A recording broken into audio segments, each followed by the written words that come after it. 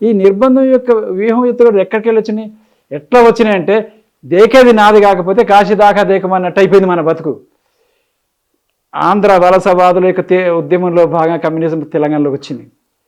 ఆంధ్ర వలసవాదం 1955 నుంచి ఇక్కడికి ఆంధ్ర ప్రాంతం వాళ్ళు వలస వచ్చి కడిం ప్రాజెక్ట్ వస్తే అరే అక్కడ ఎకరం అమ్ముకుంటే ఇక్కడ 20 ఎకరాలు అమ్ముకోవచ్చు, 500 ఎకరం ఉండేది, అక్కడ 10,000 చీటీ అట్లా వచ్చేసి లక్షపేట సీట్లు అయినారు. అసలు ఎక్కడ ప్రాజెక్ట్ వస్తే అక్కడ బోధన్ కాడ, ఆ తర్వాత నిజాం కట్టి నిజాం సాగర్ కాడ, శ్రీరామ్ ప్రాజెక్టు కాడ, నల్గొండ ఇది నాగర్ సాగర్ ప్రాజెక్టు కాడ, ఇప్పుడు కడప ప్రాజెక్టుగా అన్నిట్లలో ఆంధ్ర వలసవాదులు రావడం కోసమే ఇది అంతా జరిగింది. అందువల్ల ఇది కొంచెం మాట క్లారిటీ చెప్పండి నాకు. ఆంధ్ర వలసవాదులు కమ్యూనిస్ట్ పార్టీ వచ్చి ఇక్కడికి ఆంధ్ర వలసవాదులలో భాగంగా కమ్యూనిజం ఇక్కడికి దిగుమతి అయింది. ఓకే, దిగుమతి అయింది. సిద్ధాంతం వాళ్ళు చెప్తారు, మనకేం సిద్ధాంతం రాదు, మనకేం అవసరం ఉంటుంది. ఎందుకంటే మన భూస్వామికి వ్యతిరేక పోరాటం చేయాలంటుంది. ఆ అన్యాయాన్ని వ్యతిరేకించాలంటే గిట్టు చేయను అన్నారు. ఆంధ్ర వాళ్ళకి తెలంగాణలో తేడా అయిందంటే విప్లవకారుల్లో ఉద్యమకారుల్లో, మీరు ఇప్పుడు కొండపల్లి సీతారాం అనుకోండి, నేను ఆంధ్ర అనుకోండి, మీరు ఉద్యమం చేయాలి తుపాకి పట్టాలంటే ఉరుకు నరకాలన్నారు. అరే ఉరుకు అంటాడు. ఆంధ్ర నాయకత్వం, ఆంధ్ర కేడరు, ఆంధ్ర విప్లవ ఉద్యమకారులంతా నువ్వే చెప్తారు అంతే. రాయమంటే రాస్తారు, 1,00,000 మంది వస్తారు. తిరుపతికి వస్తారు, అనంతపురంకి వస్తారు, ఆ తర్వాత విశాఖపట్నం వస్తారు, గుంటూరుకి వస్తారు, విజయవాడకి వస్తారు, 1,00,000 మంది మీటింగ్ విద్యార్థి. కానీ ఈ 40 నెలల్లో 30 మంది కన్నా ఎక్కువ రాలి విప్లవోద్యమంలోకి హోల్ టైమర్స్గా ఆంధ్ర నుంచి. ఆ 30 మంది ఉత్తరాలు రాసేవాళ్ళు, పత్రికలు చూసేవాళ్ళు, పత్రికలు అమ్మేవాళ్ళు, పత్రికలు వచ్చేసేవాళ్ళు, ఆ తర్వాత సిద్ధాంత అధ్యయనం చెప్పేవాళ్ళు. తుపాకు కొట్టి వచ్చిన ఎంతమంది ఉన్నారు, దళాలు నిర్మాణం చేసిన వాళ్ళు ఎంతమంది. ఇదే చర్చ వచ్చింది 1924లో. మీ ఆంధ్ర ప్రాంతంలో ఏం చేయలేదని చర్చ వస్తే మేము చేద్దామని అణిగిపోయినారు. అట్లా అందువలనే వ్యూహంలో ఎంత పెద్ద పొరపాటు ఉందంటే ఆంధ్ర ప్రాంతం అట ప్రశాంతంగా ఉండే మైదాన ప్రాంతం అట, కనుక షెల్టర్స్ అక్కడ తీసుకున్నాట. రైతాంగ సాయుధ పోరాటం అప్పుడు పులిసర్పల్లి సుందరయ్య చంద్రశేఖర్ కూడా చేసింది అదే పని. ఆ తర్వాత ఇక్కడి నుంచి పోయి అక్కడ షెల్టర్ తీసుకోవాలి. ఇప్పుడు కూడా చెప్పింది కూడా ఇక్కడ ఇది పోరాట ప్రాంతం, అది ఉద్యమ ప్రాంతం అట. అది ఉద్యమ ప్రాంతం ఎందుకు? కారం చెట్లు చచ్చిపోలేదా, చంపలేదా? కమ్మోలు ఎంత సుండలు చంపలేదా? అక్కడ కొంచెం చంపలేదా? అక్కడ లేదా? కానీ వాళ్ళు అక్కడ ఉన్నారు కాబట్టి వాళ్ళకు సహజంగానే వాళ్ళ మెదట్లోని సైకాలజికల్ ప్రశాంతంగా ఉండాలి. ఇక్కడనేమో తనలు పడాలి, ఉద్యమం చేయాలి. పుచ్చలపల్లి సుందరయ్య తీసుకొచ్చినటువంటి విశాలంధ్ర అనేటువంటి నినాదము అది పార్టీ కేంద్ర కమిటీకి భిన్నమైంది, వ్యతిరేకమైంది. అదే పెద్ద ద్రోహం, తెలంగాణకు చేసిన పెద్ద ద్రోహం. ఎందుకంటే మాధవరెడ్డి సోషలిస్ట్ పార్టీ తరఫు నుంచి, రామ్మనగర్లో సోషలిస్ట్ పార్టీ తరఫు నుంచి ఆదిలాబాద్లో ఎంపీగా గెలిచినటువంటి వాడు 1955లో పార్లమెంటు పరీక్ష పెట్టాడు. 535 గ్రామ పంచాయతీలు మాకు తెలంగాణ రాష్ట్రంగానే ఉండాలి, ఆంధ్రలో కలపొద్దని పార్లమెంట్ ఇచ్చిన రికార్డు ఉంది. అది సోషలిస్ట్ పార్టీ ప్రత్యేకంగా కోరుకున్నది, రామనగర్లో సోషలిస్ట్ పార్టీ కోరింది. కానీ వీళ్ళు ఏం చేశారు? కమ్యూనిస్ట్ పార్టీ వాళ్ళు కులాన్ని గుర్తించారు, సోషలిస్ట్ పార్టీ వాళ్ళు కులాన్ని గుర్తిస్తారు. బీసీలో ఎస్సీలో అధికారం రావాలంటారు, వాళ్ళు అక్కర్లేదు. ఇప్పటి వరకు కేంద్ర కమిటీ కార్యదర్శిగా ఒక్క బీసీ అయినాడా, ఒక ఎస్సీ అయినాడా? 100 ఏళ్ల చరిత్రలో ఏం జరిగింది? వాళ్ళు సిద్ధాంతం దగ్గర అసలు క్యాపిటల్ అనేది మార్క్సిజానికి మూల కందం, ప్రాతిపదిక. క్యాపిటల్ పుస్తకం అంటే పెట్టుబడి అనే పుస్తకంలో శ్రమశక్తి, ఉత్పత్తి సంబంధాలు దోపిడీ చేస్తున్నారు అనేది, దాంతో అంత కార్మికులను దోపిడీ చేయకుండా మనమే అధికారంలోకి రావాలనేది సిద్ధాంతం.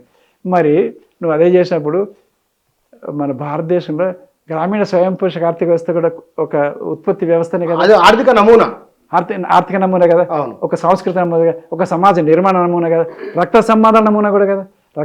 మరి దీన్ని ఈ క్యాపిటల్లో చెప్పినటువంటి శ్రమశక్తి, ఆ తర్వాత అదనపు విలువ, అది పరాయీకరణ, దీనికి ఎందుకు అప్లై చేసి గ్రామీణ స్వయం పోషక ఆర్థిక వ్యవస్థని కులవ్యవస్థ పూరితంగా, కులవ్యవస్థ పునాదిగా ఉందని చెప్పి ఎందుకు అనౌన్స్ చేయలే? నువ్వు అనాలిసిస్ విశ్లేషణ ఎందుకు చేయలేదు? నువ్వు కమ్మవాడి కాబట్టి, రెడ్డివి కాబట్టి, బ్రాహ్మడివి కాబట్టి నువ్వు చేయలేదు. అది చేస్తే నువ్వు సోషలిస్ట్ పార్టీ తిరిగి వాళ్ళ నాయకత్వం ఇవ్వాల్సి ఉంటుంది, వాళ్ళని అధికారం రమ్మని కోరాల్సి ఉంటుంది. చూడు, ఇప్పటికైనా చేయాల్సింది ఏంటంటే, ఇప్పటికైనా గ్రామీణ స్వయం ఎప్పుడైనా మనం ఇప్పటికి కూడా మనం హరప్ప మొహంజాదారో సింధు నాగరికత గురించి మాట్లాడుతున్నాం కదా, అవును. అట్లాగే శివాజీ గురించి మాట్లాడుతున్నాం, అశోక్ గురించి మాట్లాడుతున్నాం. అట్లాగే గ్రామీణ స్వయం పోషక ఆర్థిక వ్యవస్థ ఇప్పుడు ఉన్నా లేకున్నా అది ఇంతకుముందు ఎట్ట జరిగింది 2000 సంవత్సరాల నుంచి శాతవాహన కాలం నుంచి ఎట్ట జరిగింది అని అనాలిసిస్ చేసుకోవాలి. అది క్యాపిటల్లో ఉండే సిద్ధాంతాన్ని అప్లై చేయాలి. అయితే క్యాపిటల్లో ఏం చేసిండు పొరపాటు, చాలా పెద్ద పొరపాటు చేసినాడు. ఎంత పెద్ద పొరపాటు మార్క్స్ చేశాడంటే, లెనిన్ చెప్పినాడు హెగెల్ యొక్క లాజిక్ని అంటే తర్కాన్ని తత్వాన్ని అప్లై చేసి ఒక అర్థశాస్త్రానికి అప్లై చేసి క్యాపిటల్లో నిర్మాణం చేసినాడు అని చెప్పి లెనిన్ ఫిలాసఫీ నోట్బుక్లో రాసుకున్నాడు. అది 38 సంపుటి. అది నేను 1980లో చదివిన. ఆశ్చర్యపోయి ఒక 50 ఏళ్ల తర్వాత హెగెల్ ఫిలాసఫీ అర్థం కాకపోతే క్యాపిటల్ కూడా అర్థం కాదు అని అన్నాడు లెనిన్. మరి హెగెల్ ఏం చెప్పినాడు, మళ్ళీ నేను చదివినాను. హెగెల్ ఏం చెప్పినాడంటే ఈ సమాజంలో కొన్ని పాతవి పోతాయి, కొన్ని కొత్తవి వస్తాయి అన్నాడు. దాన్ని నెగేషన్ చెప్పినాడు. అయితే మళ్ళీ పాతది కూడా ఉంటుందని చెప్పినాడు. అంటే దాన్ని నెగేషన్, ఆ తర్వాత సబ్లిషన్ అన్నాడు. అయితే మార్క్స్ ఏం చేసినాడు, ఆగమాగంగా యువతరంతో నేనే సోషల్ కన్నా ఎక్కువ ముంగటికి పోవాలి, అడ్వాన్స్మెంట్ థింకింగ్ పోవాలని అనుకున్నాడు. దాంతో ఏం చేసినాడు, నెగేషన్ ఒకటే పట్టుకున్నాడు, సబ్లిషన్ వదిలేసినాడు. అంటే పాతది పోతుంది, మొత్తం కొత్తదే అవుతుంది. ప్రకృతి విరుద్ధమైన సిద్ధాంతం అది. ప్రకృతిలో చెట్టు నుంచి విత్తనం వస్తుంది, విత్తనం మళ్ళీ మొక్క అవుతుంది, మళ్ళీ మొక్క అవుతుంది. ఆ తర్వాత తల్లిదండ్రుల నుంచి పిల్లలు పుడుతున్నారు, వాళ్ళకి మళ్ళీ పిల్లలు పుడుతున్నారు, తాత తల్లి తండ్రులు వీళ్ళందరూ కలిసి ఉంటున్నారు. మొన్న గుమ్మడి కుటుంబం పిల్లలను తల్లిదండ్రులు సాధినారు. అంటే ప్రకృతిలో నువ్వు పశువుని తీసుకో, ఆవుని తీసుకో, గొర్రెని తీసుకో, బర్రెని తీసుకో, ఆ పెద్ద పుల్లని తీసుకో, అది పిల్లల్ని కాపాడుకుంటున్నది, తన పిల్లలు తను పొదువుకుంటున్నది. కనుక పాత వాళ్ళే కొత్త వాళ్ళని కాపాడుకుంటారు. అంటే సబ్లేషన్, పాతది ఉంటుంది, కొత్తది ఉంటుంది. డార్విన్ చెప్పినట్టుగా పాత పరిణామ సిద్ధాంతం ఎవల్యూషన్. ఈ ఎవల్యూషన్ వదిలేసి రెవల్యూషన్ పేరు మీద నెగేషన్ తీసుకొచ్చి క్యాపిటల్లో ఈ మిశ్రమ ఆర్థిక వ్యవస్థ గురించి వదిలేసి ఒకటే కార్మిక వర్గ వ్యవస్థ ఉంటుందని ఉందా? 30 ఏళ్ళకే పోయింది రష్యాలో, చైనాలో కూడా పోయింది. ఇప్పుడు అంత పెట్టుబడిదారు వేస్తూనే వచ్చింది కదా అక్కడ. దానివల్ల ఎంత నష్టం జరిగింది అయితే ప్రపంచవ్యాప్తంగా అనేక అనర్థాలకి క్యాపిటల్లో సబ్లేషన్ అనేటువంటి ఒక పదాన్ని ఇంప్లిమెంట్ చేయకపోవడం వల్ల హెగెల్ నుంచి సగమే తీసుకున్నాడు.